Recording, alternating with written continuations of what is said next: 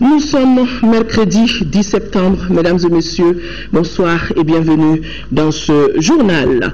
Le Conseil des ministres s'est réuni en session ordinaire aujourd'hui dans sa salle de délibération au palais de Koulouba. C'était sous la présidence du Premier ministre, chef du gouvernement Moussa Mara.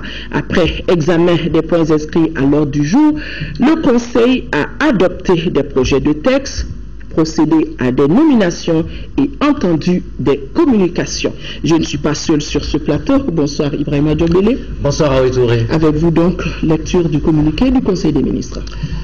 Mesdames et messieurs, bonsoir. Au chapitre des mesures réglementaires au titre du ministère de l'Énergie, sur le rapport du ministre de l'Énergie, le Conseil des ministres a adopté des projets d'ordonnance portant création de l'Agence des énergies renouvelables du Mali, AER Mali, abrogation de l'ordonnance numéro 90-46 PRM du 4 septembre 1990 portant création du Fonds de développement des énergies renouvelables. Depuis plusieurs années, le Mali s'est engagé dans une politique volontariste de promotion des énergies renouvelables. C'est dans ce cadre que le Centre national de l'énergie solaire et des énergies renouvelables, CNESolaire, a été créé en 1990 avec pour mission le développement des énergies renouvelables, l'inventaire de potentialités de ressources d'énergie renouvelables, la recherche appliquée, la vulgarisation des technologies adaptées, la formation et l'encadrement des groupes d'artisans.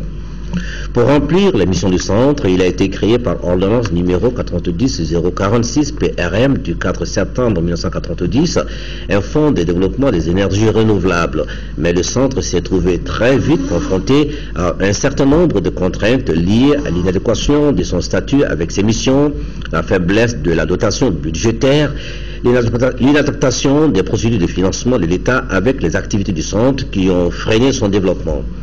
Il apparaît aujourd'hui nécessaire pour atteindre les objectifs de la politique énergétique nationale adoptée en 2006 de trouver une alternative au financement du développement des énergies renouvelables et de revoir le statut du CNESolaire afin de lui conférer une autonomie de gestion, ce qui lui donnerait une plus grande capacité de proactivité par rapport aux sollicitations des acteurs du sous-secteur des énergies renouvelables.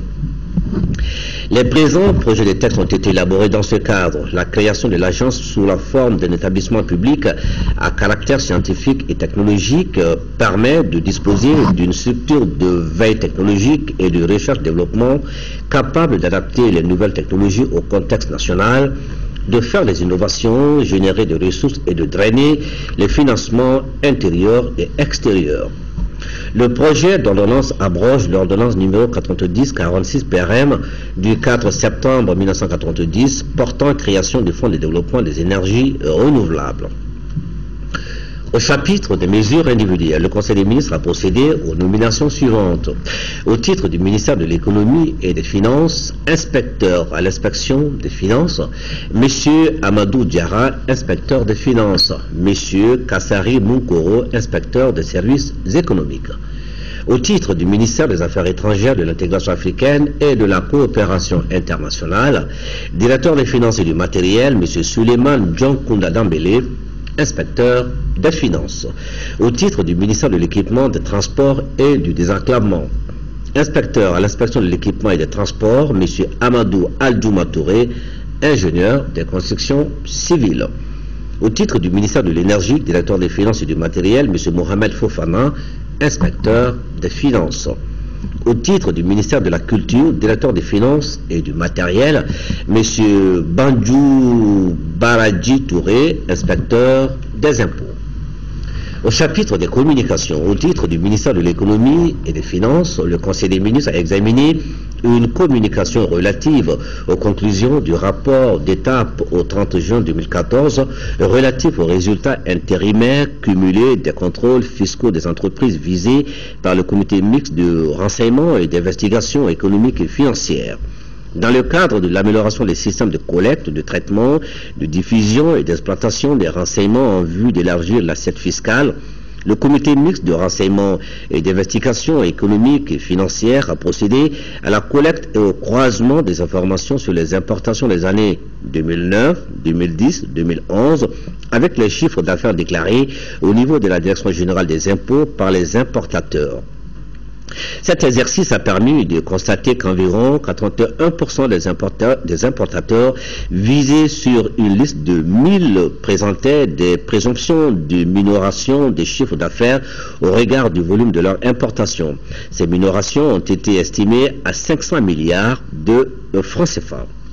L'exploitation des conclusions du comité à la date du 14 février 2014 a permis à la Direction générale des impôts de faire des émissions de 24 milliards 575 millions de francs CFA et un recouvrement de 9 milliards 78 millions de francs CFA et un reste à recouvrer de 15 milliards 497 millions de francs CFA. Ces résultats ont été jugés faibles au regard des montants des minorations supposées et il a été constaté par la suite que les bases de calcul des 500 milliards de minorations présentaient quelques insuffisances. En dépit de ces insuffisances, il a été reconnu que les renseignements fournis par le comité sont des facteurs d'accroissement des recettes de la DGI. À ce titre, il a été demandé au comité d'élargir le centre d'intérêt aux entreprises adjudicataires de marchés publics aux années 2012 et 2013. L'exploitation des conclusions du comité à la date du 30 juin 2014 a permis à la Direction générale des impôts de faire des émissions de 33 milliards 16 millions de francs CFA et un recouvrement de 13 milliards 390 millions de francs CFA et un reste à recouvrer de 19 milliards 618 millions de francs CFA. Il y a lieu de souligner une augmentation notable en termes de recouvrement et de reste à recouvrer par rapport à la situation au 14 février 2014. Les poursuites sont en cours en vue du recouvrement des sommes dues. Au titre du ministère du Travail, de la fonction publique et des relations avec les institutions, le Conseil des ministres a entendu une communication relative à l'organisation des concours directs de recrutement dans la fonction publique de l'État au titre de l'exercice budgétaire 2014. Conformément aux dispositions du statut général des fonctionnaires, la mise en compétition des emplois à pourvoir fait l'objet d'une diffusion sous la forme d'un avis officiel d'appel aux candidats. L'appel à la candidature a été lancé par un communiqué du 20 juin 2014. Ce communiqué a été modifié pour prendre en compte certaines spécialités de la santé et des traducteurs-interprètes. Les concours se déroulent sous la responsabilité des gouverneurs les 8, 10, 11, 16, 18 septembre 2014 dans les centres de Caille, Sikasso, Ségou, Mopti, Gao et Bamako. 25 672 candidats ont été enregistrés pour 1132 emplois mis en compétition. Ces concours concernent toutes les catégories A, B, C et presque tous les secteurs: santé, finance, développement rural et environnement, industrie et mines, construction civile, administration générale, informatique et statistique. Le Conseil des ministres a en outre entendu une communication relative à la reprise du dialogue avec l'UNTM.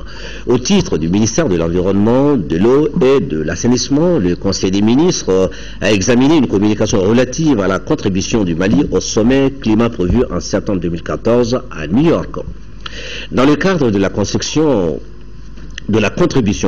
aux travaux des conférences des parties à la Convention sur les changements climatiques prévue à Lima, au Pérou, en décembre 2014 et Paris, décembre 2015, le Mali annoncera 5 programmes prioritaires dont l'exécution nécessitera la mobilisation de plus de 500 milliards de francs CFA sur les 5 prochaines années 2015-2019. Il s'agit du programme d'aménagement forestier pour la restauration des écosystèmes dégradés, du programme pilote de développement d'une agriculture intelligente et résiliente au changement climatique, du programme national d'aménagement pastoral et résilient au changement climatique, du programme d'action nationale de gestion intégrée des ressources en eau, du programme de développement des énergies renouvelables et de l'efficacité énergétique. Au plan institutionnel, notre pays va s'engager à mettre en place courant 2015 un Conseil supérieur du développement durable sous l'autorité du président de la République. Le Conseil fera périodiquement l'évaluation annuelle des ressources et des moyens dédiés à la réduction des émissions de gaz à effet de serre et au renforcement de la résilience. au titre du ministère de la Santé et de l'Hygiène publique. Le Conseil des ministres a entendu une communication relative à l'évolution de la situation épidémiologique et des actions de riposte aux maladies à déclaration obligatoire. Sur la base des éléments fournis par le Comité permanent de gestion des épidémies, le ministre de la Santé et de l'Hygiène publique a donné la situation épidémiologique, particulièrement sur la fièvre Ebola. À ce jour, aucun cas de décès pour cause d'Ebola n'a été enregistré. Les 21 cas suspects déclarés ont fait l'objet de prélèvements qui se sont tous révélés négatifs à l'examen. Le comité permanent de gestion des épidémies s'est réuni régulièrement en vue d'évaluer l'efficacité de la prévention et les réponses aux épidémies sur l'ensemble du territoire national. Voilà, oui, Touré, ce qu'il fallait retenir du Conseil des ministres de ce mercredi. Merci Ibrahima Djombele, vous allez rester avec moi pour suivre le cours de ce journal. Je vous le disais dans les titres, Forum économique mondial, le président de la République, en tant qu'invité d'honneur de ce forum, a animé un panel intitulé « Infrastructures impératives ». Sur la question, le chef de l'État a fait un survol des difficultés liées au financement en Afrique selon sa vision, avant de parler des opportunités d'investissement dont dispose le Mali. Les participants à ce panel ont salué les efforts du Mali pour la stabilisation du pays, ce qui constitue pour eux une garantie pour les investisseurs. Envoyés spéciaux Abdussalam Bambara et Amadou Sankaré. Au 7e Forum économique mondial de Davos d'été de Tianjin, les organisateurs ont retenu 100 panels sur divers sujets. Parmi les panélistes, le président de la République Ibrahim Boubacar Keïta. Le chef de l'État, au cours de son exposé, a entretenu l'auditoire de financement innovant, de l'identification et de la préparation des projets, mais également des mécanismes d'atténuation des risques pouvant sérieusement affecter ces projets en Afrique. Évoquant spécifiquement le cas du Mali, le président Keïta a parlé des opportunités qu'offre notre pays en matière d'investissement. Nous avons des atouts. Nous sommes le 3e producteur d'or en Afrique.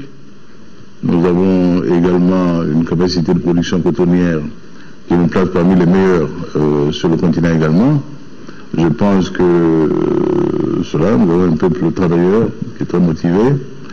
Et nous avons également un système hydraulique, hydro-agricole qui nous donne un atout fabuleux en termes de croissance agricole. Nous avons l'Office du Niger qui a été imaginé dès les années de 1932 avec un barrage, le barrage de Mankara, qui est un système d'irrigation avec une capacité d'aménagement d'1 million d'hectares environ, en riziculture ou en d'autres spéculations. Il y a des atouts, il y a des atouts. Il reste que l'approche est difficile en raison notamment de contraintes politiques, notamment la situation dans le nord de notre pays, que nous essayons aujourd'hui d'apaiser. Nous sommes dans les pourparlers avec les groupes armés en Alger pour trouver une solution pacifique, stabiliser le pays. Parce que l'investissement a besoin de stabilité. L'investissement a besoin de paix. Répondant aux questions du modérateur sur les mécanismes d'atténuation des risques pouvant bloquer les projets, le président de la République se prononce. Nous sommes beaucoup partisans du système PPP, public-privé dans le partenariat. Ça permet de réduire les risques, en tout cas de les partager. Et cela est très important pour nous. Nous avons également essayé des systèmes tels que le Build Operating Transfer. Nous avons là des problèmes sociologiques. Nous avons essayé de l'expérimenter dans une de nos régions, notamment un pont. On a mis un pont qui était essentiel pour le passage vers le Sénégal, mais les populations ne sont pas habituées à payer ce qui est public. Dans un environnement où aujourd'hui mondial, ce n'est pas uniquement les pays africains, on le voit, le phénomène est dans le monde entier. Les phénomènes de terrorisme, les phénomènes d'enlèvement et autres, nous n'avons plus l'apanage de cela. Dans d'autres régions du monde également, cela s'est produit. Dans notre cas, à nous, il est heureux de faire le constat que rarement la communauté internationale aura été aussi consciente des enjeux concernant une région telle que le Sahel, telle que le Mali. C'est à l'unanimité que la communauté internationale d'abord a volé à notre secours car notre pays a été subverti par des terroristes. Juste après cet exercice, le chef de l'État a eu des échanges avec le fondateur et président du Forum économique mondial Davos, le Suisse Klaus Schwab. Des investisseurs chinois vont construire pour le Mali 24 000 logements sociaux et réhabiliter le réseau ferroviaire Bamako-Dakar long d'environ 1000 km. Et les documents relatifs à ces deux projets ont été signés lors de la rencontre que le chef de l'État a eue avec les différents entrepreneurs. Nous retrouvons nos envoyés spéciaux. C'est le président du conseil d'administration de l'entreprise China Machinery and Engineering Company qui a été le premier patron à être reçu par le président de la République. Cette société, qui a une expérience de près de 40 ans dans la construction de bâtiments et autres travaux d'envergure, va construire au Mali 24 000 logements sociaux.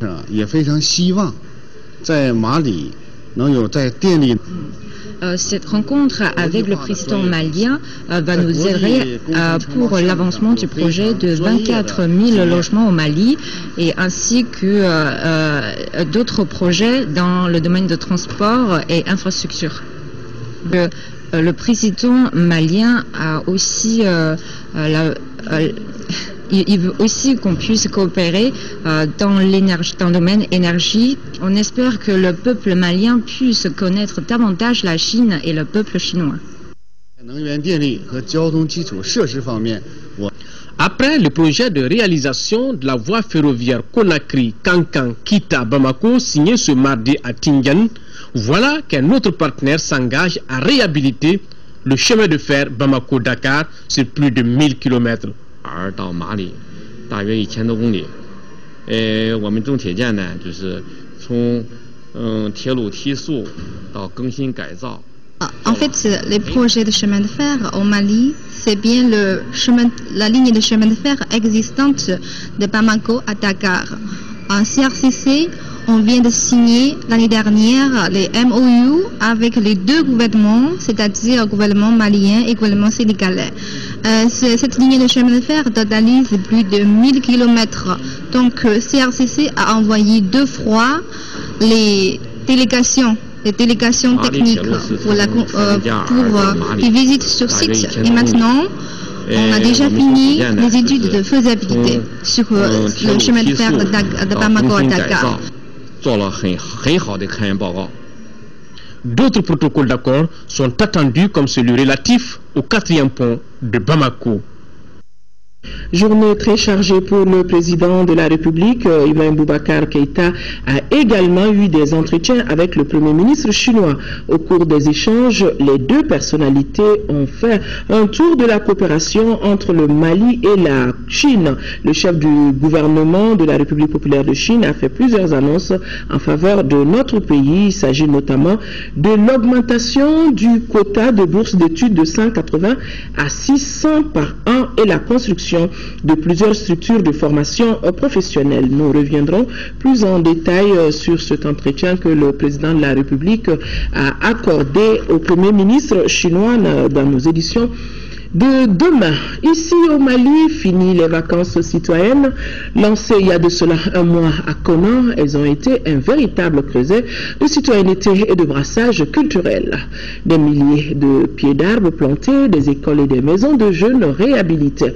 Un bilan plus qu'élogieux pour des jeunes volontaires dont la seule arme reste la volonté et l'esprit de partage. La cérémonie de clôture de ces vacances citoyennes a été le théâtre d'une grande mobilisation et c'était sous la présidence du Premier ministre Moussa Mara, notre reporter Alousseni Touré. Unis, ils ont bâti, les jeunes du Mali ont respecté leur devise. Unis! Unis! Nara, la grande ville du Sahel occidental, par la voix de son maire, demande à être électrifiée, attend le bitumage de la route qui la relie à Djigeni et des infrastructures d'accueil. C'est justement cette ville qui a accueilli les jeunes du Mali qui clôturaient leurs vacances citoyennes, une initiative du gouvernement qui aura tenu toutes ses promesses. Ils ont travaillé pour la reconstruction de centres de jeunes, mais également ils ont planté, ils ont formé, ils ont sensibilisé, ils ont assaini et à l'arrivée, je pense que ce soit de Djabali, Kona, Nyoro, Nara, partout où ils sont passés, ils ont laissé une bonne impression et un bon engouement patriotique. 8000 pieds d'arbres plantés, plusieurs écoles communautaires et autres maisons des jeunes ont été réhabilitées. On ne compte pas les causeries débats organisés à l'intention des jeunes pour les sensibiliser sur les maux actuels comme le VIH-Sida. Un mois durant, vous, les jeunes participants, vous avez creusé, pioché, crépi, peint, construit des murs. Vous avez planté environ 6000 pieds et réhabilité 2 maisons de jeunes. Mené des activités socio-éducatives, sportives et culturelles. Ainsi donc, après Konna, Djabali et Nyoro du Sahel, ce regroupement des jeunes du Mali a fini par prendre ses quartiers à Nara, berceau du royaume de Ouagadougou. Jeunes du Mali, je voudrais que ces rappels de notre histoire commune et diversifiée vous inspirent et guident vos pas dans la construction de votre personnalité. La thématique des vacances citoyennes 2014 est en phase avec la vision de son Excellence, Monsieur le Président de la République, Ibrahim Boubacar Keïta, à travers une politique volontariste d'investissement dans la jeunesse, largement exprimée dans son projet présidentiel, le Mali d'abord. Cette politique est soutenue par un certain nombre d'actions. L'éducation comme facteur décisif de socialisation de la jeunesse, l'emploi des jeunes et leur insertion socio-professionnelle, l'encouragement et la maîtrise accélérée des TIC, technologies d'information et de communication, afin de faciliter l'insertion dans le processus de mondialisation de la jeunesse. Question: à quand la prochaine édition des vacances citoyennes? Inch'Allah, en 2015, je l'espère que ce soit avec nous au niveau de la jeunesse ou quelques autres ministres. Je me dis, on ne change pas une expérience gagnante. Plus que jamais ici à Nara, jeunesse aura rimé avec citoyenneté. Et ce ne sont pas les populations de Nara qui diront le contraire. Elles ont été témoins des réalisations de cette jeunesse pendant de bons moments. Le Royaume des Pays-Bas et l'Union européenne respectent l'intégrité territoriale et l'unicité nationale du Mali. Ils rejettent et condamnent fermement les rumeurs relatives à la reconnaissance d'ambassadeurs du MNLA.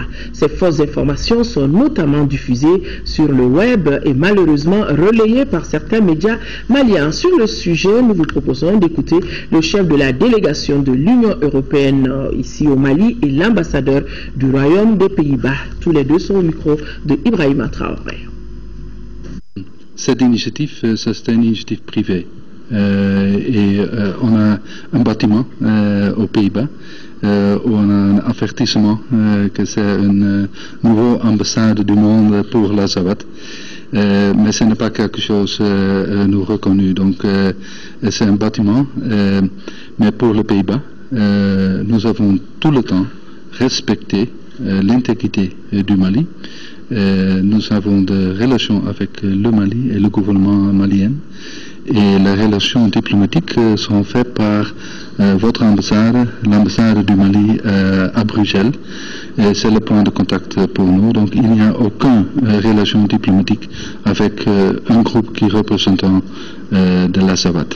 Mais c'est seulement à nous, comme l'ambassade, mais aussi au niveau du gouvernement, de dire qu'il y a seulement un canal pour avoir des contacts diplomatiques, et c'est avec la structure gouvernementale et donc l'ambassade du Mali à Bruxelles ou par notre ambassade à Bamako avec les autorités à Bamako. Vous savez très bien que les ambassades s'établissent entre États. Il n'y a pas d'État à Zawad. Donc s'il n'y a pas un État à Zawad, il ne peut pas avoir une ambassade. Le web raconte beaucoup d'histoires, mais ces histoires ne sont pas toujours vraies. Dans ce cas, vous savez que dans les accords de Ouaga, tous les partis qui ont signé ont accepté que le Mali reste intégré et uni. Et donc, un Mali intégré et uni ne va pas avoir de représentation à l'étranger.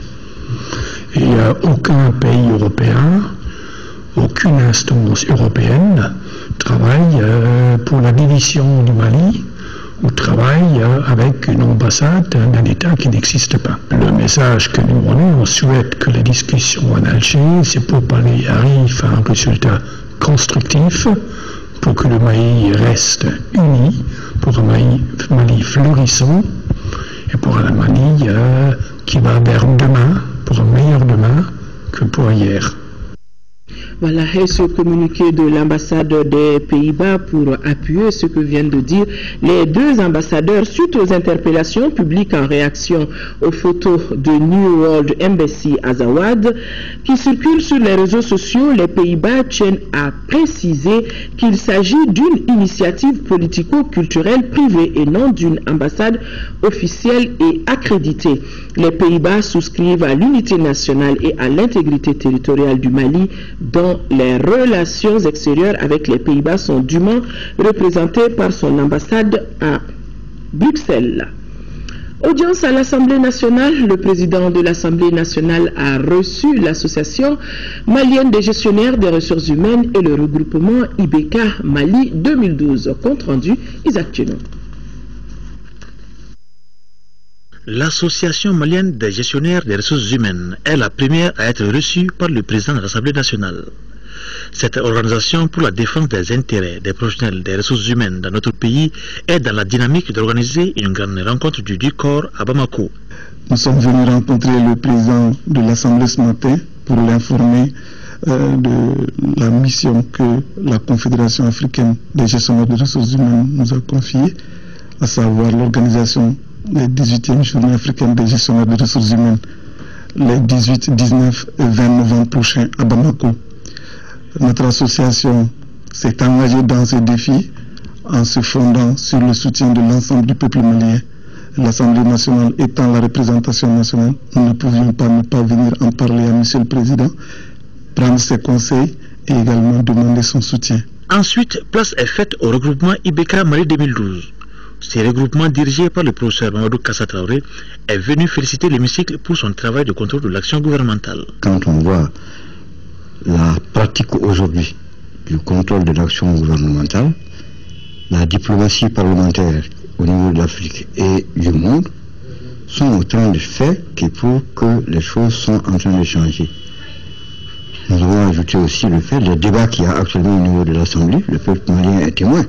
Chacune des organisations a assuré de la volonté manifeste du président de l'Assemblée nationale à jouer pleinement sa partition dans la recherche de solutions aux différents problèmes que connaît notre pays. Restons à l'hémicycle. La Commission des affaires étrangères des Maliens de l'extérieur et de l'intégration africaine organise un atelier sur la diplomatie et politique extérieure du Mali. L'harmonisation des points de vue sur les différentes actions internationales en faveur du Mali est l'objectif visé, nous dit Youssouf Diakité. L'organisation de cet atelier par la Commission des affaires étrangères des Maliens de l'extérieur et de l'intégration africaine de l'Assemblée nationale vise l'atteinte des objectifs, de certains objectifs fixés par les autorités. Il s'agit de la contribution au développement social et économique du Mali à travers une gestion efficace et mieux coordonnée des actions internationales en faveur du Mali. Avec la crise que nous avons traversée, c'est un peu délicat pour le Mali. Donc il y a un certain nombre de mesures à prendre, un certain nombre d'activités à faire pour que le Mali puisse conduire sa diplomatie comme avant la crise, peut-être même plus. Et dans cette conduite-là, il y a aussi le Parlement qui doit jouer son rôle. Il s'agit de faire la part des choses entre le travail de diplomatie au niveau conventionnel, on va dire, au niveau des affaires étrangères, et la diplomatie parlementaire au niveau de l'Assemblée nationale ici. Pour atteindre ces objectifs, disent-ils, tous doivent s'inscrire dans la dynamique de gagner la paix et la stabilité sociale. Le président de l'Assemblée nationale porte à la connaissance des honorables députés qu'une séance plénière de la session extraordinaire en cours se tiendra demain jeudi 11 septembre et jour suivant s'il y a lieu à partir de 10 h dans la salle Modibo Keïta. Le projet d'ordre du jour porte sur des délibérations relatives à des projets de loi intéressants la vie de la nation. Nous venons juste de l'apprendre, le Premier ministre chinois a annoncé aujourd'hui même un don de 18 milliards de francs CFA, alors sans condition, en faveur du Mali et un prêt de 8 milliards de francs CFA sans intérêt. Ces annonces ont été faites lors de la rencontre que vous avez vue d'ailleurs sur ces images, la rencontre avec le président de la République Ibrahim Boubacar Keïta qui est en séjour en Chine. Le ministre de la Justice, des Droits de l'Homme, garde des Sceaux, est élu face à la presse.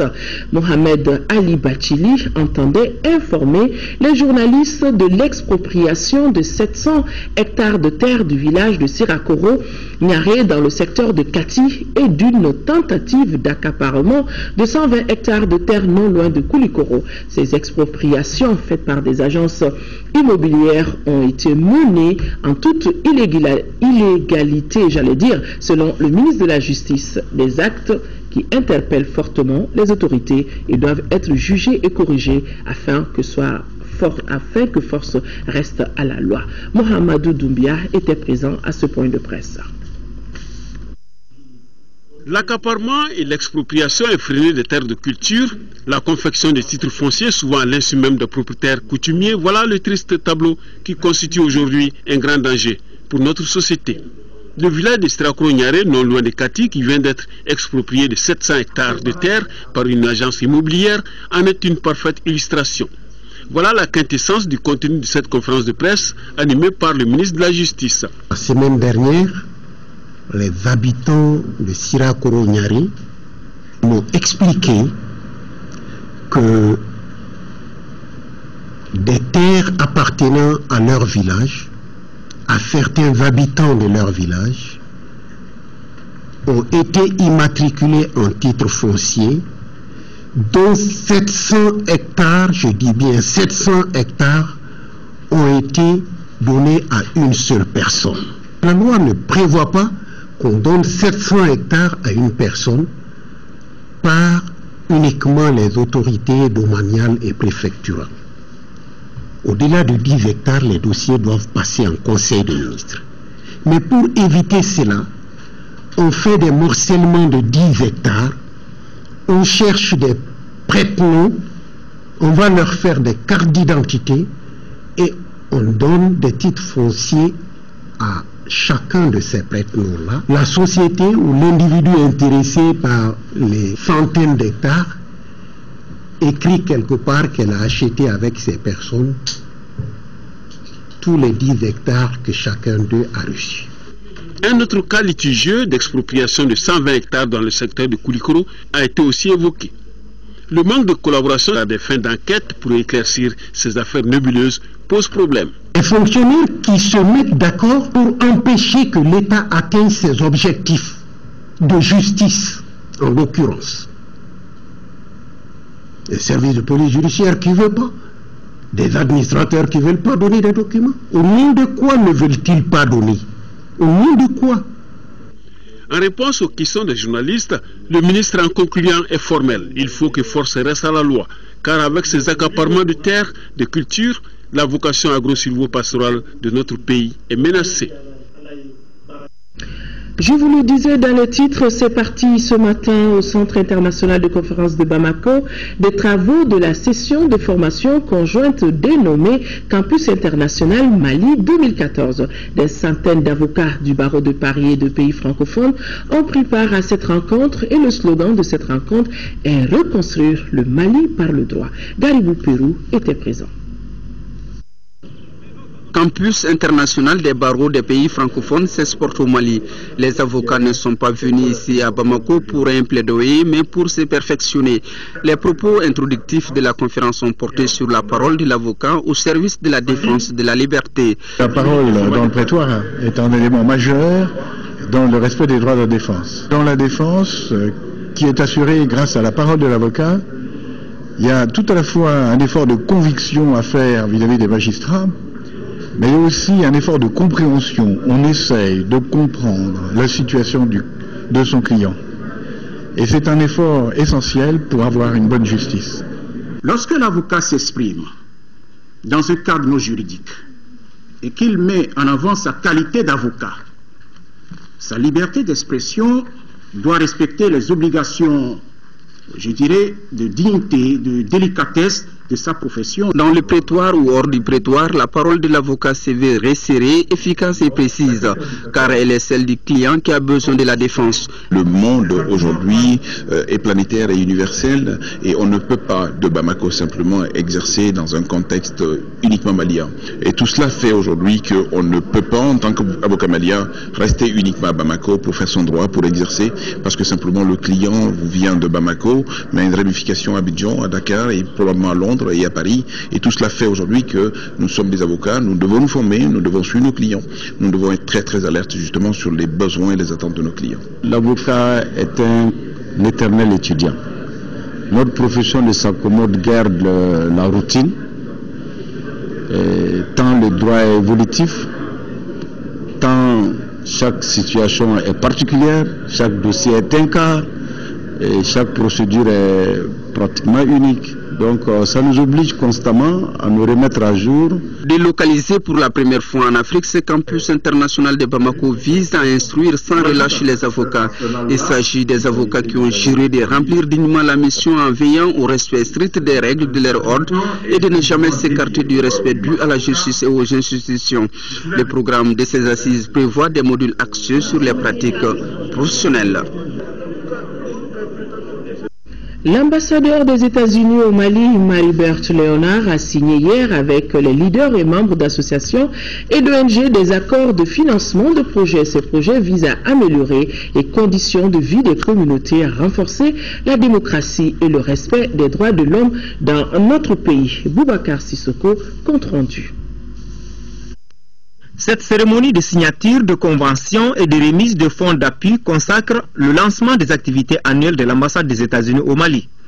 Des activités qui couvrent 3 programmes. Il s'agit du programme d'auto-assistance de l'ambassadeur, du fonds pour le soutien des programmes de promotion de la démocratie et du respect des droits de l'homme, et le fonds de soutien aux femmes africaines pour la paix et la sécurité. Le montant global des appuis est de 143 millions de francs CFA. Les subventions de cette année soutiennent un grand éventail de projets initiés par les communautés, allant des programmes de formation sur la prévention du paludisme au creusement de puits pour fournir de l'eau à une garderie d'enfants. Il nous plaît de soutenir pour la toute première fois au Mali un programme dans le cadre du Fonds de soutien aux femmes africaines pour la paix et la sécurité. Les bénéficiaires du fonds sont des leaders, des membres d'associations et d'ONG de Bamako, Kay, Ségou et Gao. Les 143 millions de francs CFA sont octroyés pour soutenir l'économie locale, la bonne gouvernance et la démocratie. Le premier projet, c'est le projet de prise en charge psychologique des familles de victimes. Et le second projet, c'est le projet AGR.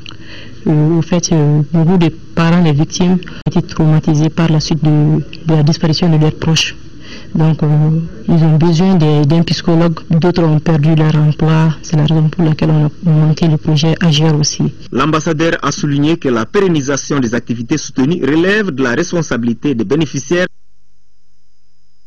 Plus de 10 milliards de francs CFA, on vous le disait hier, donc plus de 10 milliards de francs CFA, c'est le montant des 16 projets retenus sur les 17 grands présentés à la conférence internationale des investisseurs à Dubaï sur le thème investir dans l'UEMOA. La plupart des projets retenus sont surtout des projets régionaux de développement comme les infrastructures routières, ferroviaires ou encore le domaine alimentaire avec l'aménagement de 7000 hectares de bas-fonds dans l'espace UEMOA. Pour le Mali, 5 projets d'un montant de 200 milliards de francs CFA ont été retenus. Il s'agit là d'infrastructures hydrauliques, agricoles et ferroviaires. La délégation malienne à ces assises de l'UEMOA à Dubaï est conduite par Abdelkarim Konaté, ministre du Commerce. Nos envoyés spéciaux, Mohamed Touré et Tchédje Kamara. À l'issue d'une journée riche en marketing et en plaidoyer, aussi bien de la part de nos institutions financières, BOAD, BCAO et UEMOA, que de nos chefs d'État présents, face à un nombre important d'investisseurs internationaux, 16 projets sur les 17 grands ont été retenus. Il s'agit entre autres des infrastructures routières qui relient certains pays de l'UEMOA, la construction de centrales solaires dans 5 pays, dont le Mali, la réhabilitation et la construction de chemins de fer Dakar, Bamako, Ouaga, Niger, l'aménagement de 7000 hectares de bas-fonds dans les 8 pays ou encore l'aménagement de Kandjourou à l'Office du Niger. Le montant de ces investissements s'élève à plus de 10 000 milliards de francs CFA.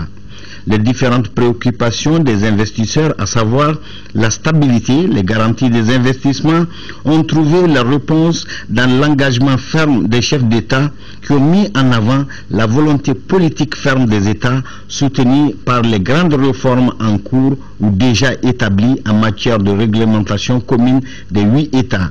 Toutes choses qui mettront fin aux lourdeurs administratives et feront de l'Afrique et de la zone UEMOA le continent du futur, comme l'a si bien dit le ministre d'État aux investissements des Émirats arabes unis.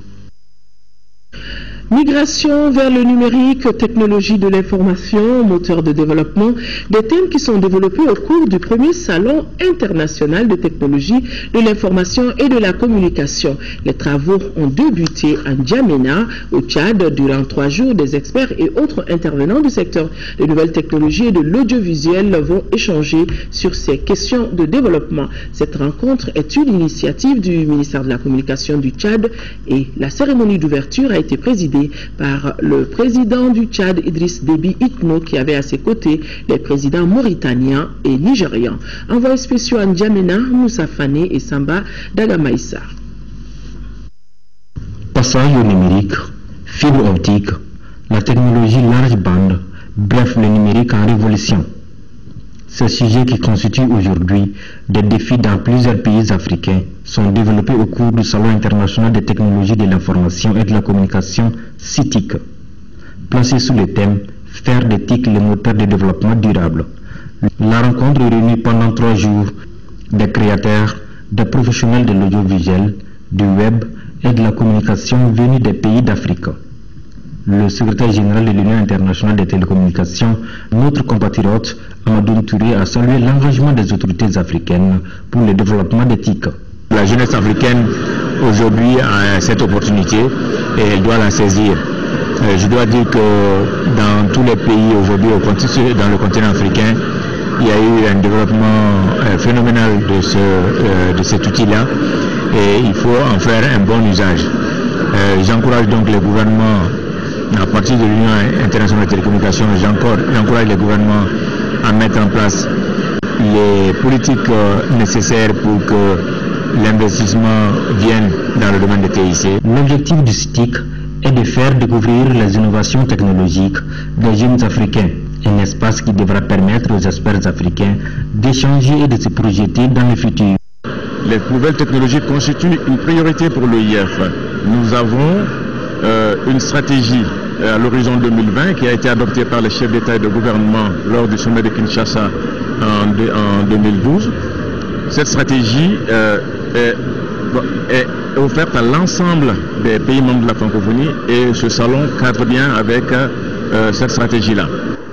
Je voudrais ici préciser que cet important projet de CATI est dédié aux jeunes Africains pour les jeunes Africains, en vue de promouvoir l'invention, l'innovation et la production dans le domaine des TIC et de l'audiovisuel. En marge de ce salon, il est prévu des conférences débat sur la transition vers la télévision numérique terrestre, TNT, en Afrique subsaharienne.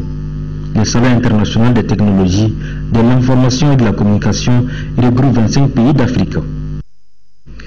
Le ministre des Maliens de l'Extérieur a procédé au lancement de la Fédération des associations des migrantes.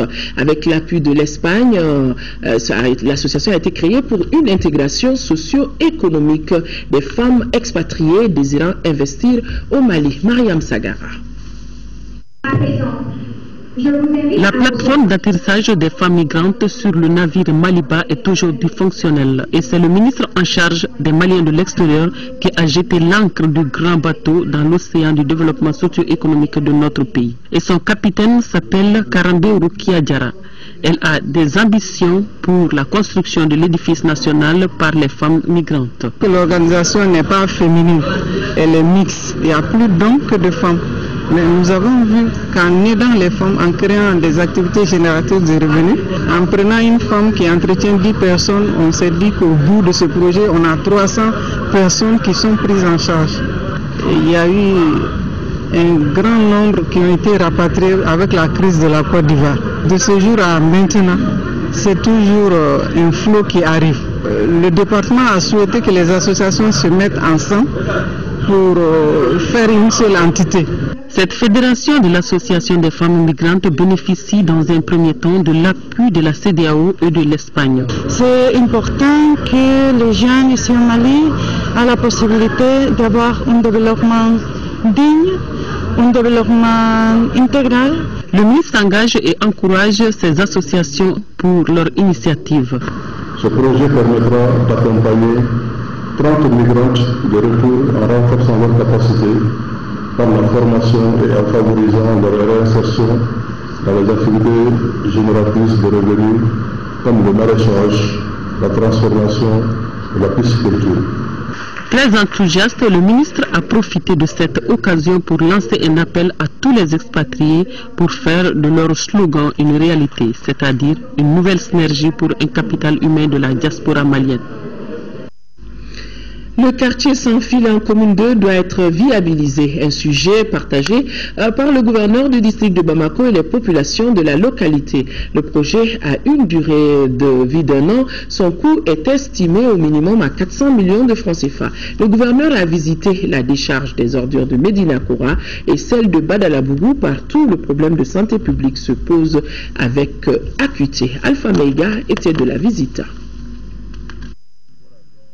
Le gouverneur du district de Bamako est en visite de terrain. Un quartier où les premiers habitants sont installés il y a plus de 50 ans selon une source municipale. En ce moment, viabiliser le quartier, la question ne se pose plus. Vous voyez comment, dans quelle situation précaire les gens vivent. C'est incroyable, inimaginable. Ça dépasse tout entendement. Mais la solution structurelle, c'est vraiment la viabilisation du quartier. Ce tissu a besoin d'être redressé, géographiquement parlant, pour permettre aux eaux de trouver leur voie jusqu'au niveau du fleuve. Pour la réalisation de ce projet, tout semble être fin prêt. Nous avons travaillé sur le quartier TSF comme modèle de quartier vraiment qu'il faut aménager. Nous, on avait estimé à 400 millions pour vraiment viabiliser le quartier. Et ça, c'est le minimum. Durée? Un an. Autre lieu, autre constat. Cette montagne en miniature d'ordures.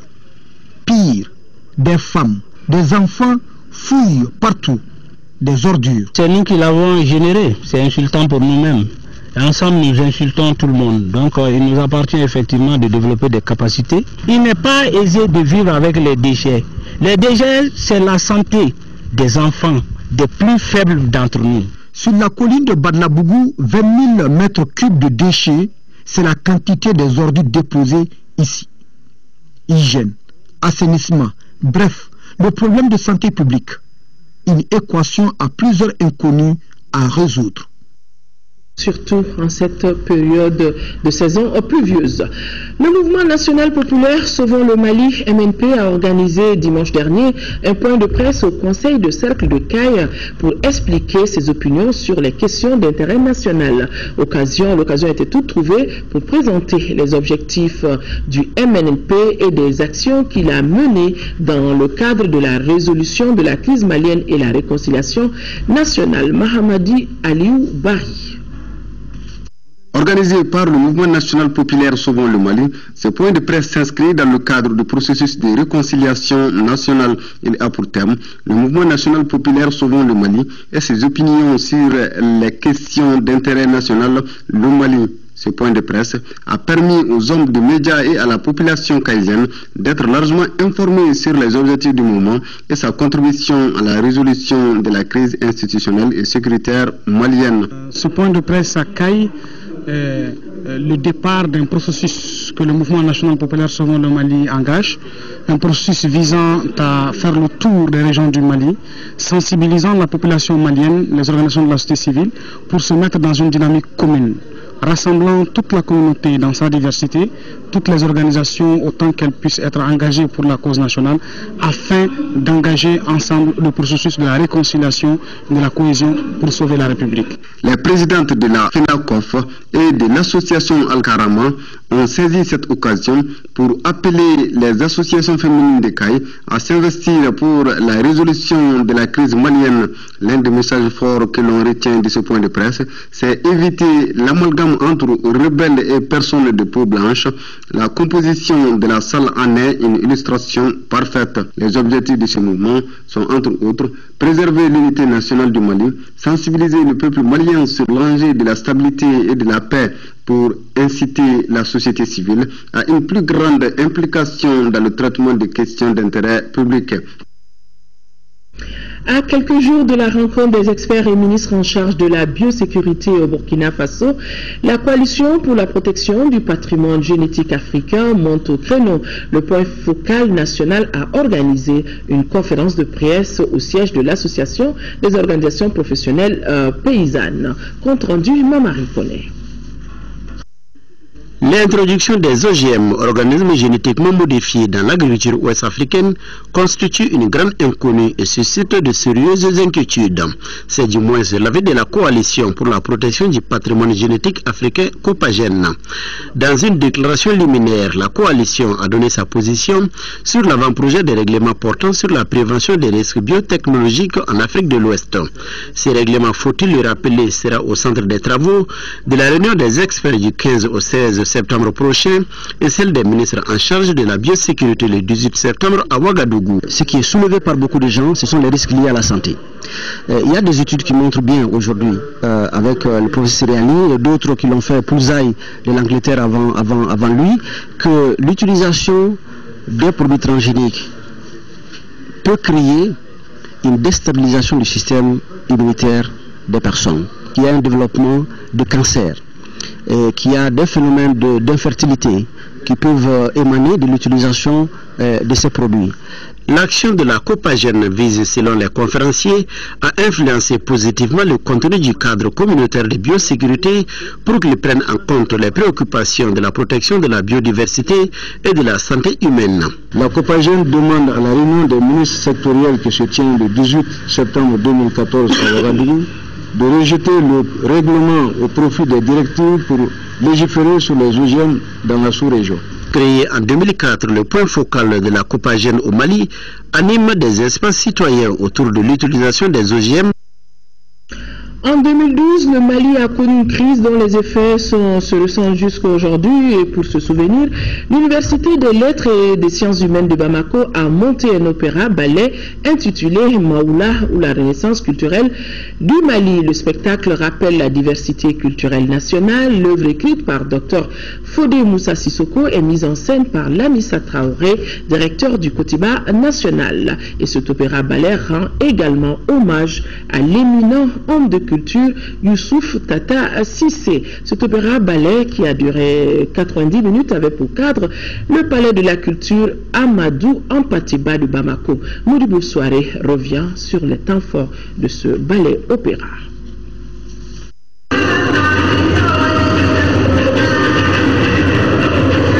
Cet opéra-ballet relate l'histoire glorieuse des enfants de Maoula, leur unité qui va s'effriter peu à peu à cause de l'irresponsabilité et de l'insouciance des dignitaires, les gardiens du temple de Maoula. C'est alors que les enfants d'Eshadash, ces haineux pleins de rancune immonde, parviennent à les vaincre pour instaurer leur loi de désolation sur les terres de Maoula. Maoula, c'est l'un des noms initiatiques du vautour. Et quand on regarde l'armoirie du Mali, on a la maison style soudano-sahélienne et on a deux arcs bien bandés sur l'armoirie. Mais on a également en troisième élément un grand oiseau qui plane au-dessus de cette maison. Et ce grand oiseau-là, contrairement à ce que certains pensent, c'est un vautour. Ce n'est pas un aigle.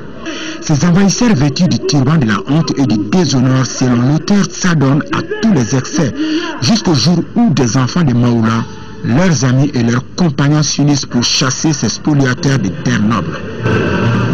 L'idée de Maoula est venue à travers ce qui est arrivé au Mali, la crise que nous avons traversée. et les nombreuses interrogations que tous les Maliens se posaient et les difficultés qui ont suivi tous les problèmes que nous avons vécus. Cet opéra ballet comprend 4 tableaux relatifs à la grandeur de Maoula. Trouble et décadence, règne des enfants de Shadash, paix et réconciliation a été bien apprécié par le public. Ça reprend ce que nous demandons. La réconciliation nationale, la paix, c'est ce que nos gens cherchent à Alger. À la fin, les enfants de Maoula et leurs ennemis d'hier se retrouvent grâce à la renaissance culturelle sur les terres de Maoula pour célébrer leur unicité dans la diversité.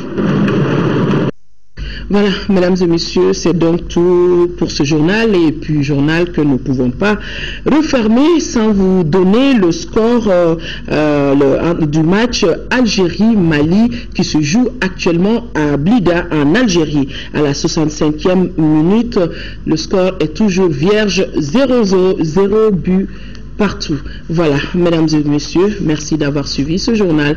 Demain 10h-13h, Kadia Toukone. Excellente nuit à tous, au revoir.